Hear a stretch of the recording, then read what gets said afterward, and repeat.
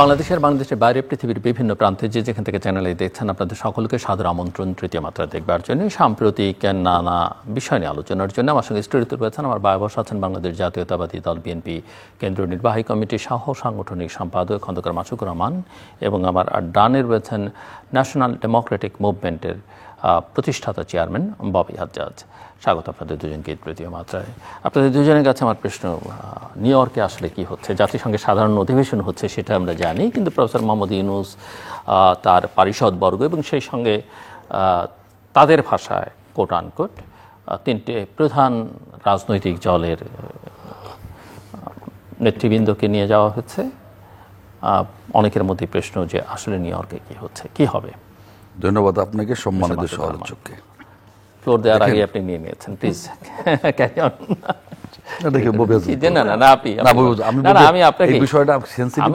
তাও আমি চিন্তা করে আসছি। না আপনি বলেন। না, চিন্তা করে আসছি ববি হাজ্জাক বলুক, তারপর আমি বলবো। আমি তো ববি হাজ্জাতের দোষ কম হবে, আমার তো দোষ অসুবিধা আছে। আমাকে শুরু করতে হবে বাদিক থেকে। না আপনি ববি হাজ্জাকদের শুরু করুন। I request you. আমি এটা প্রস্তুতি হয়ে আসছি, আমি জানি এটা জিজ্ঞেস করবেন। আমার তো আমার দলের বাইরে ববি যা আমি লাইক করি আর না করি, দলের স্ট্যান্ডের বাইরে যে তোমার কথা বলা যাবে না, যাবে।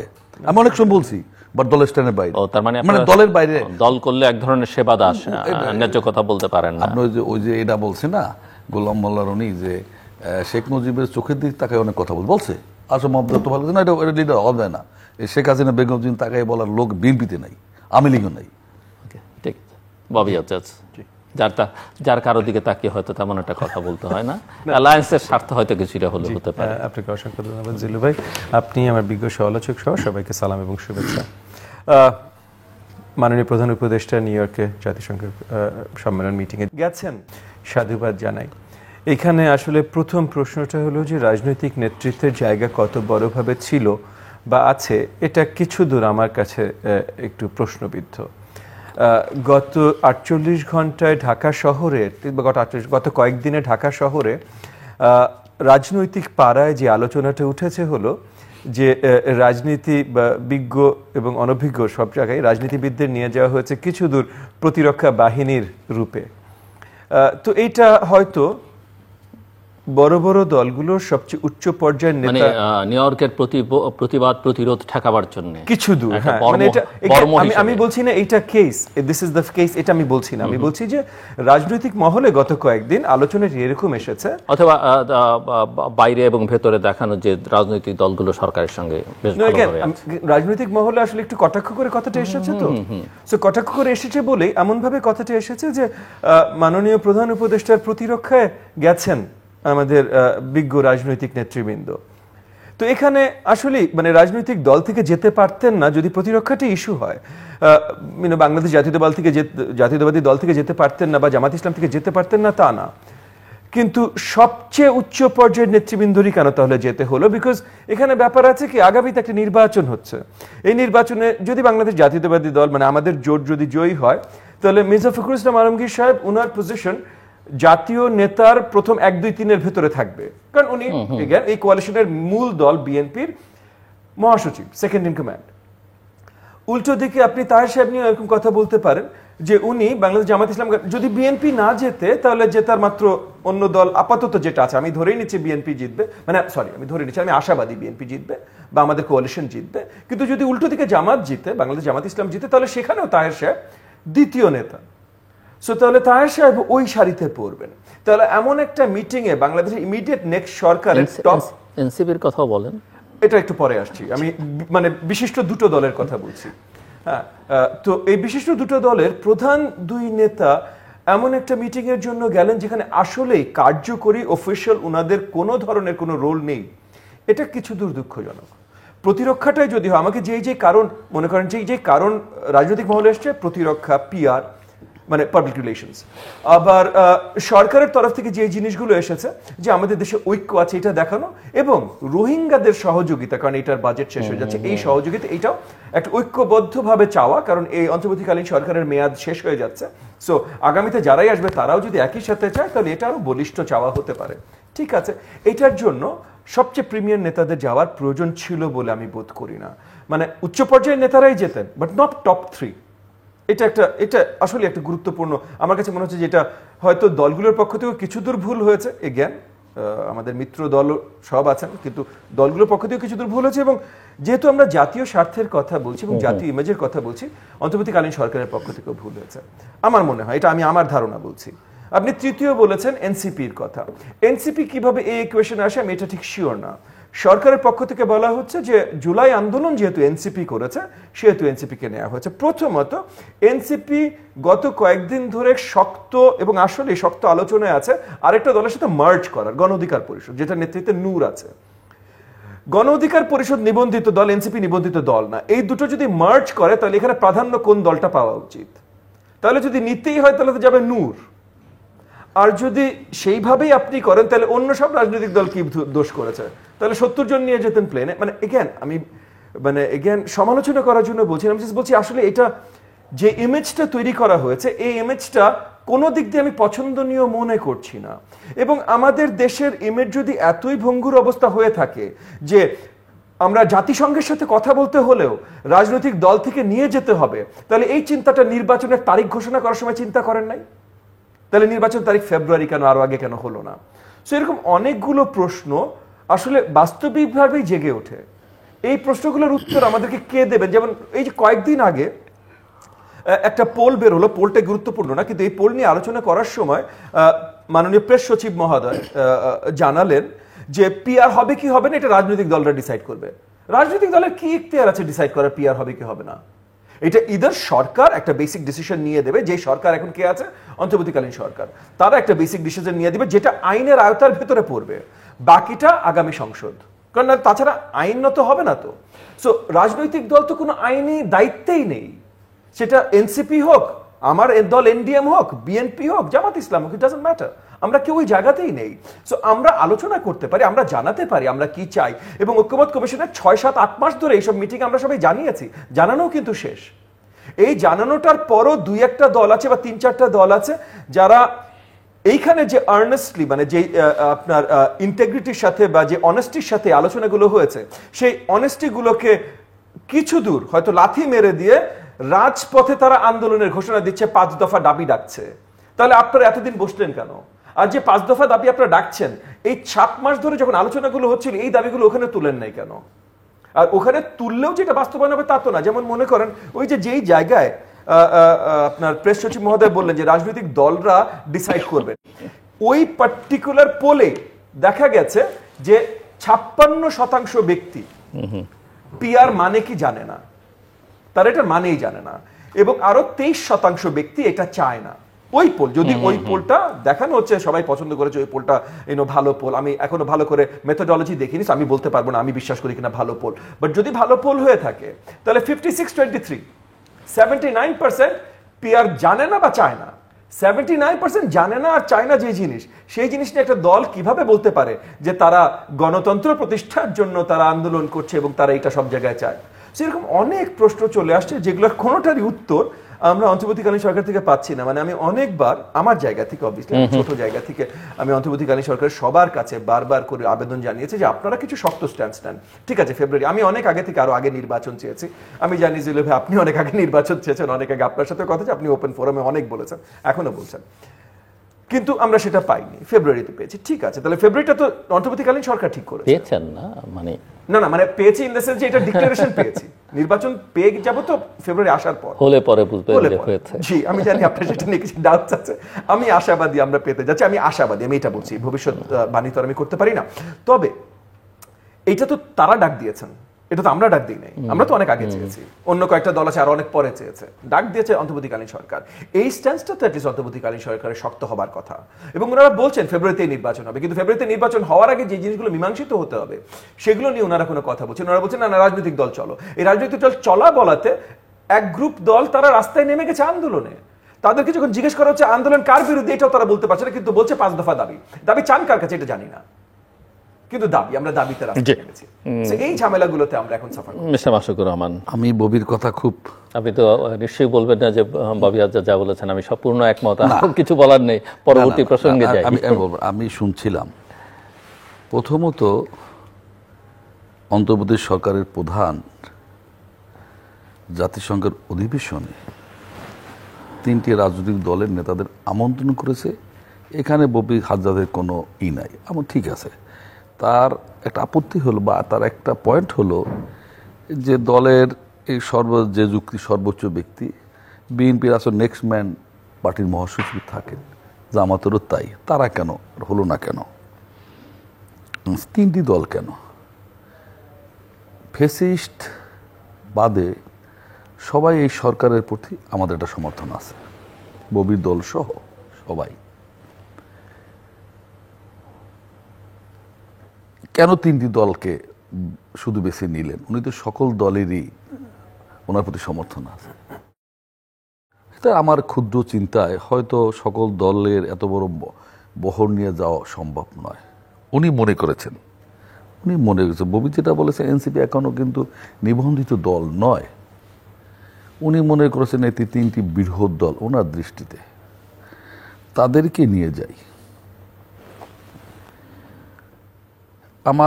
আমি জানি না এটা কি দলে উনি ব্যক্তিকে আমন্ত্রণ করছেন। সারপ্রাইজিংলি ওনার তো কিছুদিন আগে যখন প্রধান উপদেষ্টা 4টে দলের সঙ্গে বৈঠক করতেছিলেন, তখন একজন উপদেষ্টা বেরিয়ে বলেছেন দেশের সবচেয়ে বড় 4টি শক্তিশালী রাজনৈতিক দলের সঙ্গে বৈঠক। ওটা হয়তো মনে করেছেন ইসলামী আন্দোলনও কেন বাদ, কিন্তু উনি সকল দলেরই সরকার, ফেসিস্ট বাদে সকল দলের সমর্থনই উনি সরকার। ববি তো একটা দলের চেয়ারম্যান বলা হয় না, সভাপতি, চেয়ারম্যান, প্রতিষ্ঠাতা চেয়ারম্যান। ওনারা মনে করছেন, সেই হিসাবে নিয়েছেন। তো এটা একটা বড়, এটা দুইটা বিষয় হয়। প্রতিনিধি পাঠানোর ক্ষেত্রে দলের একটা চয়েস থাকে, অথবা ব্যক্তিগুলি আমন্ত্রণ করেছেন। চ্যানেল আই একটা প্রতিনিধি পাঠান হতে পারে, যারা তারা একদম তৃতীয় মাত্রার সঞ্চালক আপনাকে দাওয়াত দিতে পারে, সেটা ভিন্ন জিনিস। আমি জানি এটা কিভাবে হয়েছে, সেটা বড় দোষ হয়েছে বলে আমি মনে করি না। তবে একটা কথা আছে, পর্দার অন্তরালে অনেক কিছু হতে পারে, এইটা একটা চাউর আছে। তা আমি মনে করি আরেকটা, যে আমি মনে করি সেটা ভালো দিক এই অর্থে, জামাত ইসলাম পিয়ার পদ্ধতির জন্য আন্দোলনের কর্মসূচি দিয়েছেন। আমাদের মহাসচিব সিঙ্গাপুর থেকে চিকিৎসা আসার পর এয়ারপোর্টে বললেন, যথার্থই বলেছেন, যে যেহেতু আলোচনা চলমান, এই সময় আন্দোলন দরকার ছিল না। আমার কথা আর একটা জায়গায়, ধরেন এখানে নিবন্ধিত অনিবন্ধিত যতগুলো দল আছে, আমরা যারা এই ফ্যাসিস্টের বিরুদ্ধে আন্দোলন সংগ্রাম করেছি, সবার আদর্শ গঠনতন্ত্র এক না। ধরেন জামাত ইসলাম আগামী দিন রাষ্ট্র, ওই আলোচনায় আমরা একটু আমি আসি, সেখানে যে আমাদের পার্থক্য আছে, সব বিষয় একমত হওয়া সম্ভব নয়, সেই আলোচনা অবশ্যই। আমার প্রশ্ন যেটা, সেটা হচ্ছে যে একটু খোলামেলা বলি, কারণ আপনি খোলামেলা আলোচনা হয়তো করতে পারবেন না, কারণ আপনি আগেই বলেছেন যে আওয়ামী লীগ বিএনপিতে সেটা সম্ভব নয়। সরকারের বিবেচনায় যেটা আমার কাছে মনে হয়েছে, যে সরকার বিএনপি, জামাত, এনসিপি, কখনো কখনো ইসলামী আন্দোলন, এই যাত্রা ইসলামী আন্দোলনকে বাইরে রাখলাম, তিনটি দলকে সমান মর্যাদা দিতে চায়, প্রথম কথা। দ্বিতীয় হচ্ছে যে বিএনপিকে কিভাবে ট্র্যাপে পড়ে বা ফেলে। আমি ফেব্রুয়ারি ইলেকশন নিয়ে যখন লন্ডনের ডিসিশন হলো, তখন আমি বলেছি বিএনপি ট্র্যাপড। লক্ষ্য করলে দেখবেন যে প্রথমে ঘোষণা করা হলো বিএনপি থেকে 2 জন, অন্য দুটো দল থেকে একজন করে। শেষ মুহূর্তে কিন্তু সংখ্যাটা সমান করে নেওয়া হলো। তৃতীয় বিবেচনা হচ্ছে মির্জা ফখরুল ইসলাম আলমগীর, যেটা ববি হাজরা যুদ্ধে বলেছেন, যে তিনি নিজেও মনে করেন যে এটা ঠিক হয়নি। তার মতো নেতার অন্য যারা গেছেন তাদের সঙ্গে এই প্রতিনিধি দলে যাওয়ার কি ধরনের রাষ্ট্রীয় গুরুত্বপূর্ণ বিষয়, কি ধরনের দলীয় গুরুত্বপূর্ণ বিষয়, সেটা বুঝতে একটু অনেকেরই সমস্যা হচ্ছে। হয়তো সবার বোধবুদ্ধি তো আর আপনাদের মতো থাকে না, সেই কারণে বুঝতে সমস্যা হচ্ছে। করিডোরে যেটা আলোচনা হচ্ছে, সেটা হচ্ছে যে বিএনপি চাইলে সেটা হয়ে যাক, যেন কোনো প্রকারে হলে হোক, কারণ বিএনপির নিয়ন্ত্রণে কিছু নেই। পলিটিক্সটা ডোমিনেট করছে এখন জামাত, ন্যারেটিভটা তৈরি করছে এখন জামাত। জাকসুর ইলেকশনের পরে তারা এক ধরনের আপার হ্যান্ডে আছে। কারো কারো মতে এটা অবিশ্বাস্য, কিন্তু জাকসুর ফলাফলটা কিন্তু অবিশ্বাস্যই, যে নেক্সট ইলেকশনে প্রফেসর মোহাম্মদ ইউনূসের অধীনে ইলেকশনে আসলে শেষ পর্যন্ত বিএনপির যেরকম মনে করছে সেরকম নাও হতে পারে। যেমনটা 1991 সালে আওয়ামী লীগ তো সরকারি প্রায় গঠন করে ফেলেছিল, জয়ী হয়েছে বিএনপি। সো এরকম একটা ঘটনা ঘটে যেতে পারে। তো সব মিলিয়ে কেউই ঝুঁকিটা নিতে চায় না, এবং বিএনপি যেহেতু ক্ষমতায়ও যেতে চায়, আবার যত তাড়াতাড়ি গেলেই হলো কোনোভাবে, একটা পাতানো নির্বাচন বা একটা যেন তেন ভাগ বাটোয়ারা করে, এই ভাগ বাটোয়ারা করার জন্য আসলে এদেরকে নিয়ে যাওয়া হয়েছে। এবং সরকারের যেসব কুশীলবরা যারা অ্যাক্টিভ পলিটিক্যাল অ্যাফেয়ার্স ডিল করার জন্যে, ম্যানিপুলেট করার জন্যে বা নানাভাবে, তারাও প্রায় সবাই গেছেন, দোজ হু ম্যাটার্স আর কি, সরকারের পলিটিক্যাল অ্যাফেয়ার্স ডিল করার জন্যে। সো ওখানে আসলে ওই ধরনের একটা আন্ডারস্ট্যান্ডিং তৈরি করবার জন্যে নীরবে নিভৃতে, আর বাকিটা তো আমরা আমি আলোচনাই করলাম। আমি যত, কারণ এই আলোচনাটা আমিও কয়েকদিন আগে বেশ আমার নিজের পার্সোনাল ব্লগেও করেছি যে বিএনপির এমন একটা অবস্থা হচ্ছে, বিএনপি যাকে খুশি তাকে কিছু কিছু আসন দিয়ে কোনোভাবে ক্ষমতা একটা যাওয়া যায় কি না। কিন্তু বাংলাদেশের জনগণ তো এই ধরনের নির্বাচনের জন্য, ইভেন আপনি যদি আন্ডারস্ট্যান্ডিংও করেন টেবিলে যে একে এতটা ওকে এতটা সবাই মিলে সরকার গঠন করব, এর জন্য তো বাংলাদেশের মানুষ রক্ত দেয়নি। মানুষ তো ভোট দিতে চায় এবং তার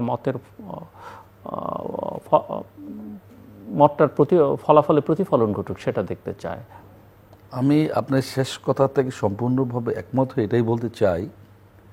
আর বিএনপির মধ্যে এক ধরনের আত্মমর্যাদা বোধ, আত্মসম্মান বোধেরও একটা বড় ঘাটতি কিন্তু লক্ষণীয় বলে অনেকে মনে করেন।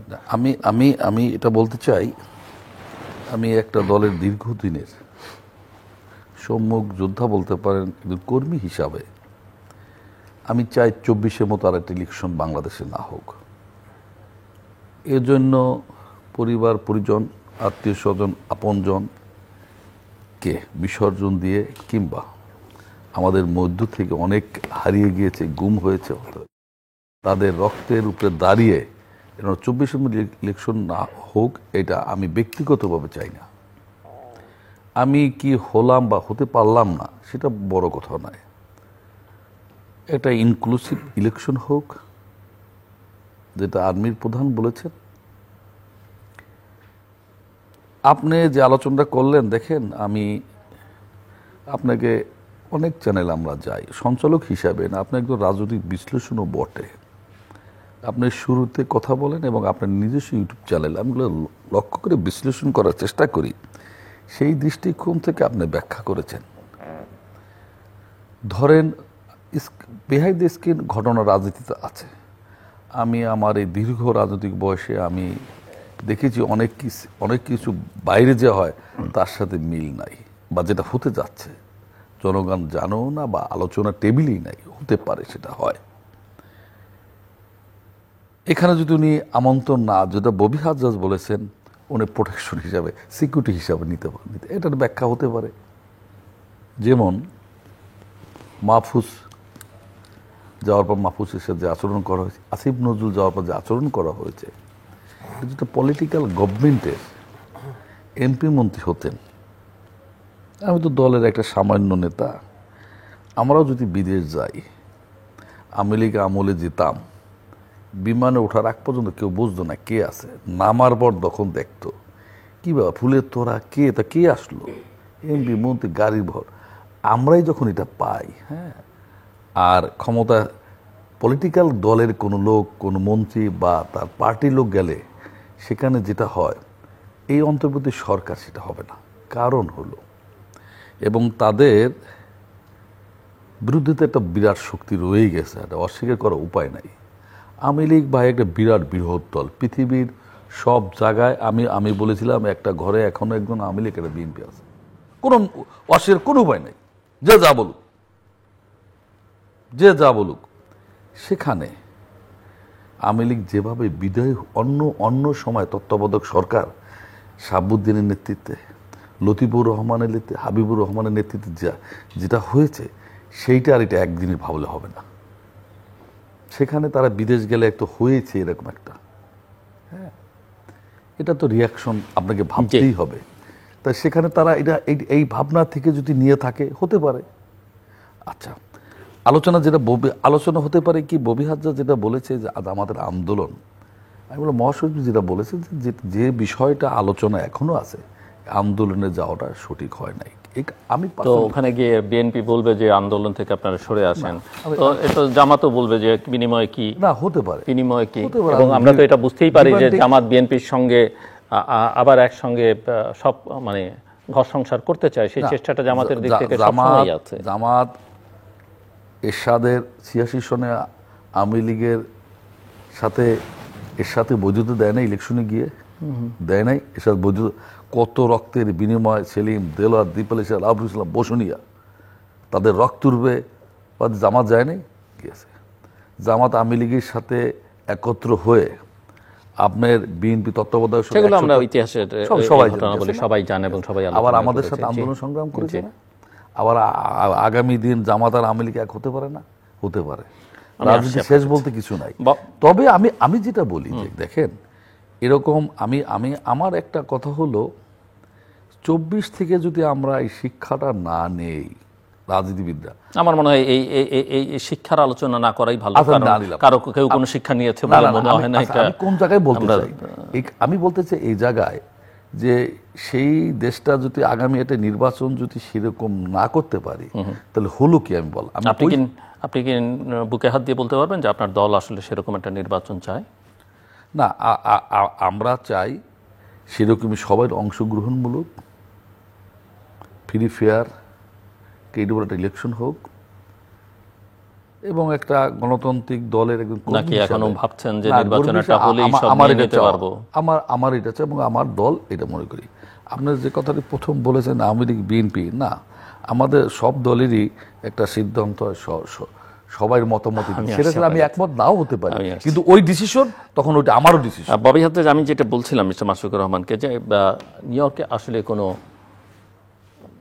ভাগাভাগি ষড়যন্ত্র সেরকম কিছু হচ্ছে কিনা বা হবে কিনা, সেটাই লক্ষ্য কিনা। কারণ যারা গেছেন, আরেকটা প্রসঙ্গ আমি আপনার সঙ্গে আলোচনা করতে চাই, যে সরকারটা অন্তর্বর্তীকালীন তার আসলে রুটিন ওয়ার্ক করার কথা, গণতান্ত্রিক প্রক্রিয়া উত্তরণটাই নিশ্চিত করা তার প্রধান কাজ হওয়া উচিত। কিন্তু যেহেতু তারা একটু বেশি সময় থাকছেন, অনেকগুলো কাজ এবং রিফর্ম সহ নানা বিষয় নিয়ে আলোচনা করছেন, এই কাজগুলো তারা করতে চান, অনেকের তার প্রতি সমর্থন আছে, অনেকে মনে করেন যে এটা অনেকের বিলম্ব হয়ে গেছে, কাজে নির্বাচনে যাওয়া উচিত। এইরকম একটা সরকারের মাত্র অল্প কয়েকজন উপদেষ্টা, এর প্রায় অর্ধেকই এখন দেশের বাইরে। আমরা শেখ হাসিনার সমালোচনা করেছি যে প্রচুর লটবহন নিয়ে তিনি জাতিসংঘ সাধারণ অধিবেশনে যেতেন, এখানে তো তার তেমন কোনো ব্যতিক্রম দেখা যাচ্ছে না। হয়তো ব্যবসায়ীরা যাচ্ছেন না ওই সংখ্যা, ওই পরিমাণে, কিন্তু এই যে এতজন উপদেষ্টা, তো দেশ চালাবে কে? আর যেখানে অনেকেই আলোচনা করেন দেশের নিরাপত্তা নিয়ে উদ্বেগের জায়গা আছে, সংশয় আছে অনেকের মধ্যে, স্বাধীনতা সার্বভৌমত্বের প্রশ্ন, দেশের আইন শৃঙ্খলা পরিস্থিতি ভালো নয়, সেখানে সরকারের কর্তা ব্যক্তিরা প্রায়শই আমার মনে হয় দীপু মনির সমালোচনা করা হয়েছে পররাষ্ট্রমন্ত্রী হিসেবে, কিন্তু অনেক উপদেষ্টা তো খুবই সুযোগ পেলেই বিদেশ যেতে পছন্দ করেন। এখন যে জিনিসটা হয়েছে দেখেন, আপনি যেটা বললেন যে এই সরকারের একটা দায়িত্ব ছিল শুরুতেই, 24 আগস্টের 8 তারিখে তাদের কিছু দায়িত্ব ছিল। তখন আমরা অনেক করে বলেছি, আমরা এখনো বলা সবকিছু থামিয়ে দিয়েছি তা না, তবে ইতিহাসের পাতায় মানে আগামী দিনে এই সরকারের নেতিবাচক দিকগুলো নিয়ে অনেক শক্ত, অনেক বড় আকারে আলোচনা হবে বলে আমি মনে করি বা বিশ্বাস করি। এই সরকারের বেশ কিছু প্রাপ্তি আছে, ঐক্যমত কমিশনগুলো, আরও কিছু জায়গায় তারা বেশ কিছু রিফর্ম করেছে, কিছু অর্ডিন্যান্স নিয়ে এসছে, এগুলো ভালো। কিন্তু তারা প্রথম দিন থেকেই আসলে কি করবে এটা নিয়ে তারা সন্দিহান ছিল। তারা একবারও একসাথে বসে একটা প্ল্যান করতে পারেনি তারা কি করতে চায়। তাদের অনেক উপদেষ্টারা এসে মিডিয়ার কাছে জোর গলায় বলেছে, হাসিনা থাকলে তো 4.5 বছর কোনো আওয়াজ করতেন না, তাহলে 4.5 বছর আমরা কাজ করব, এই ধরনের কথাবার্তা বলেছেন। এই সরকারের দ্বারা বা এই সরকারের ভেতরের মানুষজন দ্বারা ব্যাকড একটা ফুল সোশ্যাল মিডিয়া ক্যাম্পেইন এসছে, 5 years of ইউনুস, এরকম অনেক এসছে। আমি যদ্দূর ওই যে যারা বলতেন যে হাসিনা থাকলে তো আওয়াজ করতেন না, তারা আসলে আওয়াজের ধারে কাছেও ছিলেন না, তারা নিজেদের নিয়ে ব্যস্ত ছিলেন, কাছে আওয়াজ কোথায় হয়েছে শুনতে পাননি। ট্রু, ফেয়ার এনাফ, এটা অ্যাকচুয়ালি সত্যি কথা। সেই জায়গা থেকে আমি আর না গেলাম। তো এখন যে জায়গাটায় আমরা এসেছি, যে তারা ওই যে প্রথম থেকে তারা পরিচ্ছন্নভাবে কাজ করতে পারেননি তাদের দোষে, এবং এটাও অনেক সময় রাজনৈতিক দলের উপরে চাপাতে চেষ্টা করা হয়েছে। এবং যখন রাজনৈতিক দলের উপরে চাপাতে চেষ্টা করেছে তখন ওখানে একটা পক্ষপাতিত্ব আমরা দেখেছি যে আপনার জাতীয়তাবাদী ঘরানার যে রাজনৈতিক দলগুলো আছে বিএনপি নেতৃত্বাধীন, তাদেরকেই বারবার আখ্যায়িত করা হয়েছে যে তারা ঝামেলা তৈরি করছে। আমরা বারবার দেখেছি যমুনার সামনে দখল বা শাহবাগ দখল তাদের পৃষ্ঠপোষকতায় এনসিপি করেছে। আমরা এখনো দেখছি জামাত তাদের সাথে, বাংলাদেশ জামাত ইসলাম তাদের সাথে একসময় আমরা সখ্যতা দেখেছি, এখন সখ্যতা আছে কিনা আমি আসলে জানি না। দাওয়াত যেহেতু সব জায়গায় পাচ্ছেন, ঠিক আছে, হয়তো কিছু থাকলেও থাকতে পারে, কিন্তু জামাত এখন 5 দফা আন্দোলন নামাচ্ছেন। কোনো জায়গায় সরকারের পক্ষ থেকে শক্ত কোনো আলোচনা আসছে না, এবং সরকার কিন্তু এই অগাস্টের 5 তারিখে যে ফাইনালি একটা অ্যানাউন্সমেন্ট দিয়েছেন ফেব্রুয়ারিতে নির্বাচন, এইটাও কিন্তু মার্চ থেকে মে মাসের ভিতরে আলোচনা হয়ে গেছিল, কিন্তু সরকার এই আলোচনাটা জনসম্মুখে আনেনি, সরকারের পক্ষ থেকে আনেনি। সো সেই জায়গাগুলোতে তারা প্রথম থেকেই কোনো ক্ল্যারিটি জনগণকে দেয়নি। এগুলো নিয়ে সামনে অনেক বড় আলোচনা হবে, এবং এখন তারা এমন একটা জায়গায় নিয়ে এসে দেখেন, এই যে আপনি ভাইয়ের সাথে যখন কথা বলছিলেন যে মানে বিএনপি চায় একটা নির্বাচন কোনো মতে হয়ে যাক। এখন মেইন ব্যাপারটা কি বুঝেছেন, আমি একটা বাজে অ্যানালজি যদি দেই, যুদ্ধক্ষেত্রে আপনি যখন আহত হয়েছেন আশেপাশে কোনো হাসপাতাল তো আপনি পাবেন না, বেস্ট কেস হলো ওই হাতুড়া মেডিক, কিন্তু এখন জীবন বাঁচানোর জন্য মেডিকের কাছে যেতে হবে, আমার আর অপশন নাই। হ্যাঁ, অপশন বানানোর একটা সময় ছিল যেখানে হাসপাতাল আমি কাছে নিয়ে আসতে পারতাম, আমার 12 মাস 14 মাস 16 মাস 18 মাস ছিল, তখন সেটা করা হয়নি।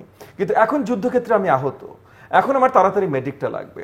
বাংলাদেশের অর্থনৈতিক অবস্থান যেই জায়গাটায় গেছে, স্টেবিলিটি ছাড়া, মানে সরকারের একটা স্টেবিলিটি আনা ছাড়া আমরা যেই ধসের দিকে আগাচ্ছি, অর্থনৈতিক ধসের দিকে, এবং এটা যে কোনো মানে ব্যবসায়ী সমাজের কারোর সাথে কথা বলে জিলুবে, আমি জানি আপনি অনেক বলেন, আপনিও জানেন, সেটা আপনার সিজিএস এর মাধ্যমে অনেক কিছুর মাধ্যমে আপনিও খুব ভালো করে জানেন, ব্যবসায়ীদের সাথে কথা বলেন, ইকোনমিক্সদের অর্থনীতিবিদদের সাথে কথা বলেন। আমরা এমন একটা জায়গায় যাচ্ছি যে অল্প কিছু মাসের ভিতরে যদি আমরা একটা স্টেবল সরকারের ব্যবস্থা করতে না পারি, এটা স্টেবল যেভাবেই করে এখন তাহলে জনগণ কোথায়? মানে আপনি সময় নষ্ট করলেন, কিছু করতে পারছেন না, এখন একটা ইলেকশন করে ভাগটাক দিয়ে ক্ষমতায় যাব, তারপরে কথাটা দিয়ে শুরু করলাম জিল্লু ভাই, যে এই দায়িত্বটা অন্তর্বর্তীকালীন সরকারের ছিল, ওনারা করতে পারেন। অন্তর্বর্তীকালীন সরকারের দায়িত্ব ছিল, কিন্তু রাজনৈতিক দলগুলোরও দায়িত্ব ছিল। আপনারা সঠিক সময়ে সঠিক কাজটি করতে পেরেছেন কিনা, সঠিক সময়ে সঠিক দাবিটা তুলতে পারলেন কিনা, সেটা আদায় করতে পারলেন কিনা, সেই দায়িত্ব আপনাদেরও। এখন আপনি যদি বলেন যে আমরা কেন, আপনি যদি পরিস্থিতি না বুঝতে পারেন তাহলে সেই দায়িত্ব স্বীকার করতে হবে। আমরা চেষ্টা করেছি। আমরা জাতীয়তাবাদী জোট হিসেবে কথা বলি, জাতীয়তাবাদী জোট থেকে আমরা অনেক সময় আলোচনা করেছি যে সরকারের উপরে আরো শক্ত প্রেসার দেওয়া প্রয়োজন, এবং সেই জায়গায় আমরা বারংবার আমরা ভিন্ন জাতীয়বাদী জোটে আমরা যেসব দলরা আছে আমরা কথা বলেছি, বিএনপির পক্ষ থেকে কথা বলা হয়েছে, সরকারকে ইন ক্লোজ ডোরস আমরা বোঝাতে চেষ্টা করেছি, প্রেসার দিতে চেষ্টা করেছি। ওই জায়গাটাতে হয়তো নীতিগতভাবে আমরা একটা জায়গায় একমত ছিলাম যে সরকারকে বাইরে ওপেনলি আমরা কোনো পুশ না করি। সেখানে আমাদের ভুল ছিল কিনা আগামীতে ইতিহাসের পাতায়, মানে ইতিহাসের বিশ্লেষণে আমরা দেখব। আমরা ওই সময়টা অ্যাটলিস্ট মনে করেছিলাম যে এই সরকারের দায়িত্ব কিছু দূর যেহেতু আমাদের উপরে আছে, আমরা উইদিন ক্লোজ ডোরস এই সরকারকে বোঝাতে চেষ্টা করি।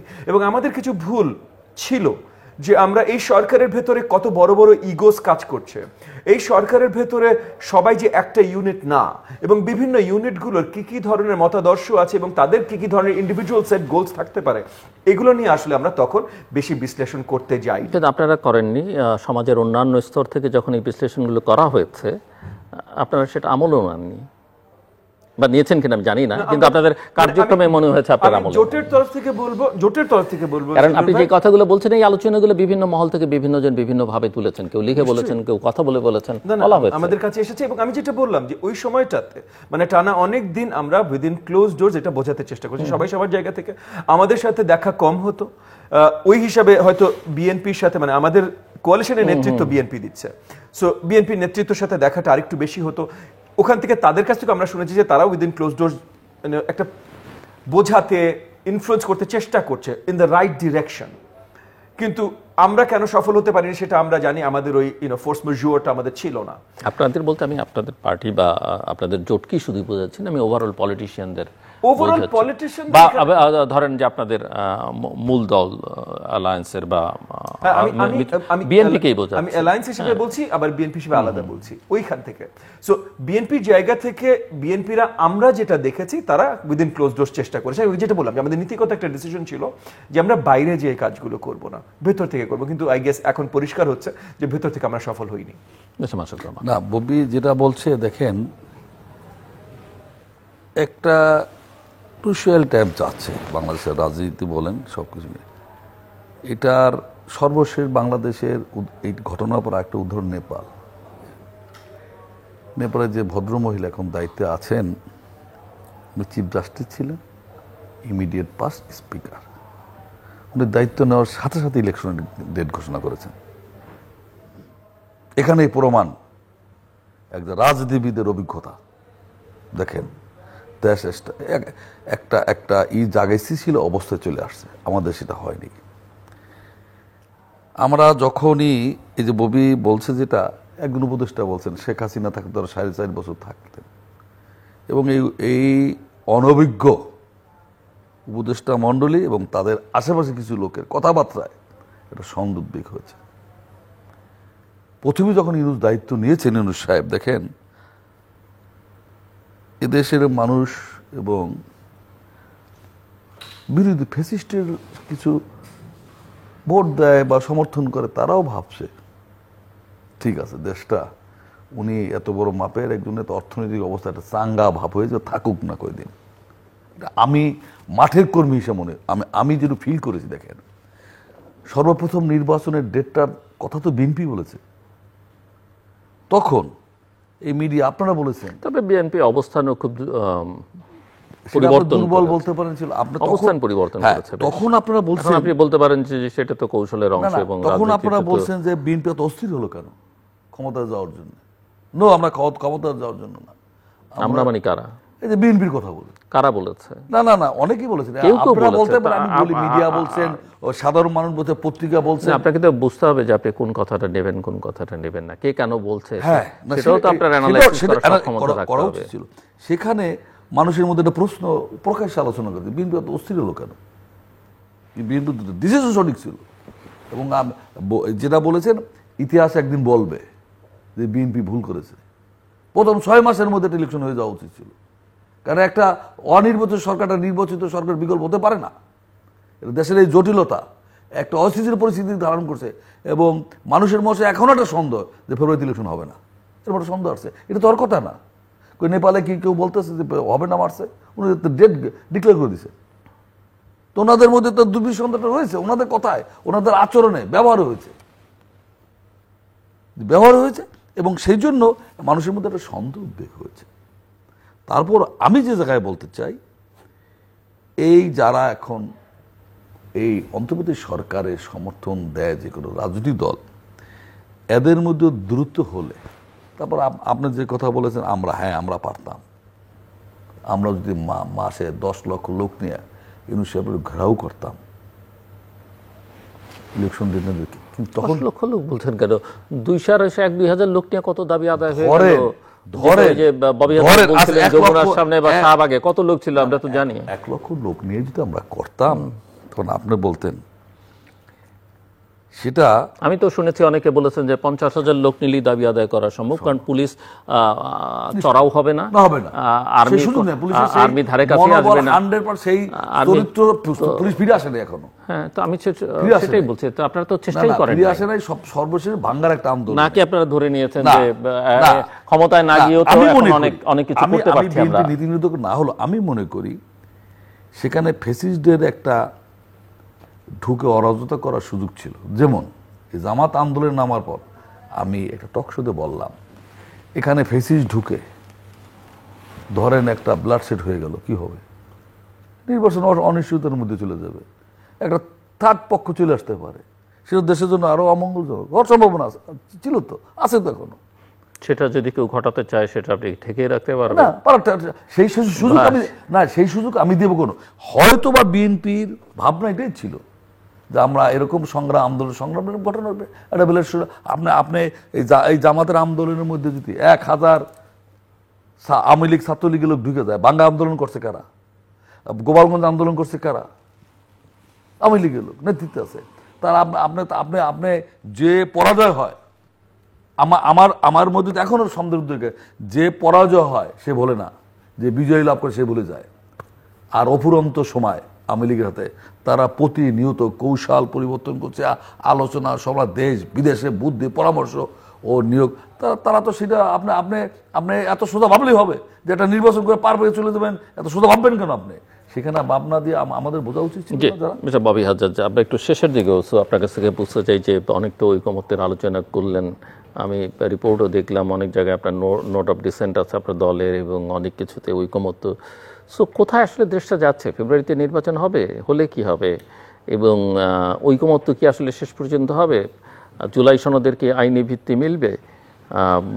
সব দল কি বা সনদে স্বাক্ষর করবে শেষ পর্যন্ত, নাকি স্বাক্ষর করে আসলে শেষ পর্যন্ত এটা লকারের মধ্যে বন্দী থাকবে, যে যার কাজ করবেন? প্রশ্নগুলো খুব ডিফিকাল্ট, কারণ শুরুতে যেটা দরকার, যে কোনো কিছু বাস্তবায়ন করতে হলে রাজনীতিতে একটা লেভেল অফ ট্রাস্ট সবার ভেতরে দরকার। প্রবলেমটা হয়ে গেল ছিল যে ট্রাস্টটা তখনই হয় যখন ওভারআর্কিং কোনো একটা শক্তি থাকে যারা ইনশিওর করছে যে এই ট্রাস্টটা, এই বিশ্বাসটা লঙ্ঘন করলে there'll be a price to pay, মানে কোনো একটা খেসারত দিতে হবে। এই জায়গাটায় থাকে সরকার। সরকার মিসিং। কোনো কিছু হলেই সরকারের কথা হলো রাজনৈতিক দলরা ডিসাইড করবে, এটা হওয়ার কথা না, সরকার মিসিং। সো সরকার এত সময় ধরে মিসিং বলে এই ট্রাস্টটা হারিয়ে গেছে। সো এখন যেমন মনে করেন এই যে কিছু রাজনৈতিক দল বলছে যে না, জুলাই সনদ ফুল লিগ্যাল বাস্তবায়ন ছাড়া আমরা নির্বাচনে যাব না। এখন তাদের আইনের সংজ্ঞা তারা কম বোঝেন, বা আইন সম্বন্ধে জ্ঞান কম কিনা এটা তো আর আমি বলতে পারবো না, বা রাজনৈতিক ফয়দার জন্য জাস্ট ন্যারেটিভ তৈরি করছেন, রেটরিক হাঁকাচ্ছেন, আসলে আইন সম্বন্ধে কথা বলছেন না, এরকমও হতে পারে। কিন্তু আইনগত কোনো পথ নাই সনদের প্রত্যেকটা জিনিস লিগালি ইনশিওর করা, কোনো পথ নাই। অর্ডিন্যান্স করে নন কনস্টিটিউশনাল চেঞ্জেসগুলো অর্ডিন্যান্স করে এখনই আপনি ইন এফেক্ট করে দিতে পারেন। যেটাই কনস্টিটিউশনে হাত দিতে হবে সেটাই আপনি লিগালি হাত দিতে পারেন না। একই সাথে একটা বড় ডিমান্ড স্পেশালি কয়েকটা দলের, যেটা ইনডেমনিটি, যে জুলাই আন্দোলনকে ফুল ইনডেমনিটি দিতে হবে। প্রথমত আসলে ইনডেমনিটিও কোনোভাবে আইনত দেয়া যায় না, দেয়া যায়ই না ভাই। আমি যদি জোর করে একটা আইন লিখেও দেয়, আওয়ামী লীগ লেখে নাই, আওয়ামী লীগ সেই মানে 74-75-এও লিখেছে, আবার এই হাসিনার আমলেও লিখেছে, কি লাভ হয়েছে সেই ইনডেমনিটি লিখে? 21 বছর পর সেই বাতিল বা সাজা হয়তো ফাঁসি হয়ে গেছে। 10 বছর 20 বছর পর যদি আওয়ামী লীগ আসে যদি 24-এ যারা আন্দোলন সংগ্রাম করেছে এরা মারা গেছে, এদের ছেলে মেয়ে এদের মরণোত্তর ফাঁসি দাও, কি করবেন? সুরক্ষা আইন দিয়ে কাউকে সুরক্ষা করা যায় না। ইনডেমনিটি কোনো জায়গায় আসলে আপনি রাখার প্রচেষ্টাটাই পুরো জিনিসটাকে, সিস্টেমটাকে প্রশ্নবদ্ধ করবে। তো এই জিনিসগুলো রিয়েলাইজেশন ছাড়া যখন কথা হয়, কথার মূল কারণ হলো ওই যে ট্রাস্টটা আমরা তৈরি করতে পারিনি, এবং এইখানে বড় একটা অবভিয়াসলি অবদান রাখার কথা ছিল অন্তর্বর্তীকালীন সরকারে, তারা রাখতে পারে নাই। এখন সবচেয়ে বড় রাজনৈতিক ফোর্স যদি আমরা মনে করি আমাদের জাতীয়তাবাদী কোয়ালিশন, তাহলে জাতীয়তাবাদী কোয়ালিশনেরও কিছু দায়িত্ব আছে। যদি আমরা আসলে আমাদেরকে, এবং আমি বিশ্বাস করি আমরা সবচেয়ে বড় রাজনৈতিক ফোর্স এগেন জাতীয়তাবাদী কোয়ালিশন, বিএনপি নেতৃত্বে, তাহলে আমাদেরও we've got to get our act together। আমাদেরও আসলে ওই যে সবচেয়ে বড় পাবলিক সাপোর্টের যে কোয়ালিশন, এই হিসাবে আমাদের মাঠে ঘাটে সব কর্মকাণ্ড এখন থেকে ওইভাবে শুরু করতে হবে, এবং মানে আমরা যে জনগণের সাথে কানেক্টেড এবং আমাদের চাওয়াগুলো যে জনগণের চাওয়া, সেটার প্রতিফলন এখন হয়তো সময় এসছে আমাদের রাজপথে দেখাতে হবে। আমি একটা লাস্ট কথা বলতে চাই। বিএনপি একাধিকবার রাষ্ট্রীয় ক্ষমতায় ছিল, বিরোধী দলের ছিল, রাজপথে বিরোধী দল ছিল। একটি বড় দল হিসাবে রাষ্ট্র পরিচালনার অভিজ্ঞতা রয়েছে, আন্দোলন করার অভিজ্ঞতা রয়েছে। একটা বড় দল হিসাবে তাদের দায়িত্ব বেশি। দেশ ও জাতির কথা চিন্তা করে, এবং আমাদের ভারপ্রাপ্ত চেয়ারম্যান তারেক সাহেব যেটা সর্বশেষ বলেছেন, সবার আগে বাংলাদেশ, সেই চিন্তা ধৈর্যশীল হয়ে শক্তি প্রয়োগ না করে একটি এই ফেব্রুয়ারি নির্বাচন অনুষ্ঠানের মধ্য দিয়ে একটা জনগণের প্রতিনিধিত্বশীল একটা সংশোধক সরকার হোক, সেই প্রত্যাশা করা উচিত। নির্বাচনটা তো নির্বাচনের মতো হতে হবে। দর্শক, অনুষ্ঠানের শেষ প্রান্তে আমরা সামাজিক যোগাযোগ মাধ্যম ফেসবুক, এক্স এবং ইউটিউবে তৃতীয় মাত্রা লাইভ স্ট্রিম হচ্ছে, আপনারা দেখতে পারেন। টেলিভিশনের পর্দায় দেখতে না পারলে যে কোনো সময় যে কোনো স্থান থেকে ইউটিউবে তৃতীয় মাত্রা চ্যানেলটি সাবস্ক্রাইব করে এই পর্ব বা পুরোনো পর্বগুলো আপনারা দেখতে পারেন। মিস্টার ববি আজাজ এবং মিস্টার খন্দকার মাসুকুর রহমান, অসংখ্য ধন্যবাদ এই আলোচনা অনুষ্ঠানের জন্য। দর্শক, আমরা মুখে যাই বলি না কেন এবং যে যাই করুন না কেন, রাজনীতিতে পারসেপশনটা ম্যাটার করে এবং পারসেপশনটা হচ্ছে নিউ-ইয়র্কে আসলে এক ধরনের সমঝোতার চেষ্টা হবে এবং সে কারণেই এই গুরুত্বপূর্ণ নেতা এবং কারো কারো কাছে অনেক অগুরুত্বপূর্ণ নেতাদের সঙ্গে নিয়ে যাওয়া হয়েছে। যদিও এই কম্বিনেশনটা কতখানি কারো কারোর জন্য মর্যাদাপূর্ণ সেটা তারা নিজেরা ভাববেন, কিন্তু মূল কথা হচ্ছে যে সরকার যেভাবে রাজনৈতিক শক্তিগুলোকে বিবেচনা করছে তাতে এটা মনে হচ্ছে যে সরকার আসলে বাংলাদেশের মূল বাস্তবতা সেটাকে অস্বীকার করবার চেষ্টা করছে, বা তারা হয়তো তাদের কোনো এজেন্ডা বা তাদের সরকারের ভেতরে অনেকগুলো শক্তির কথা ববি আজাজ বলেছেন। এবং যদিও তিনি একথাও বলেছেন যে সরকারটা কি মিসিং মনে হচ্ছে, কিন্তু সরকারের ভেতরের ওই শক্তিগুলো অনেক বেশ সক্রিয়। মিস্টার মাসুকুর রহমান নিজেই বলেছেন যে আওয়ামী লীগ বিএনপিতে আসলে দলের সিদ্ধান্তের বাইরে গিয়ে কথা বলা বিপজ্জনক, সে কারণেই হয়তো যেটা বলতে চাচ্ছেন সবটা পুরোটা বলতে পারেননি। কিন্তু বাস্তবতা হচ্ছে যে বাংলাদেশ আসলে যে লক্ষ্যে একটা অভ্যুত্থান হয়েছে, অভ্যুত্থানের সেই লক্ষ্য থেকে অনেকখানি দূরে বাংলাদেশ সরে গেছে। এর দায়কার সেটা ভবিষ্যৎ নির্ধারণ করবে, তবে যারা ক্ষমতায় আছেন তাদের দায়িত্ব বটেই, কিন্তু প্রধান রাজনৈতিক শক্তিগুলোকে এর দায় ভবিষ্যতে বহন করতে হবে। আমাদের সঙ্গে থাকবার জন্য অসংখ্য ধন্যবাদ, আপনাদের সবার জন্য শুভকামনা।